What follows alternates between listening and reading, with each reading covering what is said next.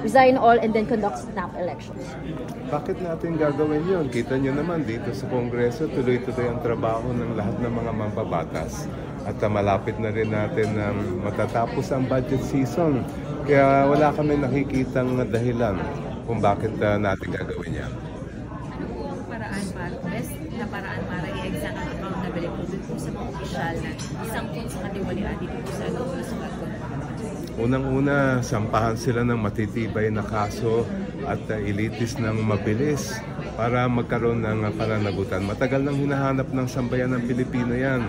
At dapat lahat ng mga departamento natin, yung ating executive branch, nandito kami sa legislative branch at lalo na ang judiciary, ay i-prioritize itong mga kaso ng corruption.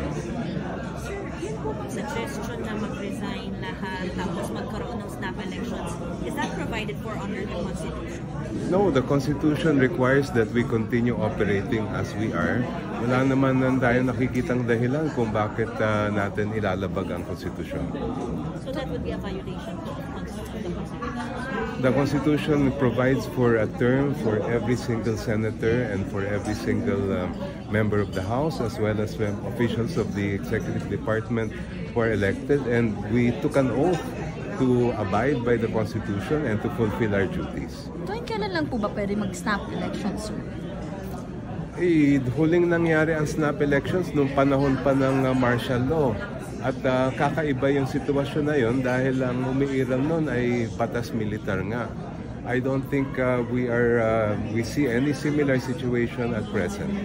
Kung baka sir, may mga mechanisms under the Constitution to hold those accountable? Oo naman. Unang-una, kung meron sila nakikita na dapat ma-impeach, dapat ituloy ang impeachment proceedings. Kung hindi naman sa impeachment, ay may darating na halalan at pwede nang iboto o palitan kung sino man ang gusto nilang palitan. Totoo yun, kailangan maibalik natin ang kumpiyansa ng mamamayang Pilipino. Hindi lang naman sa Kongreso, kundi sa iba't ibang institusyon ng ating pamahalaan. Paano natin maibabalik yan? Unang-una, ipakita ng buong pamahalaan na seryoso tayo dito sa issue ng korupsyon na talagang may mananagot. Thank you, sir.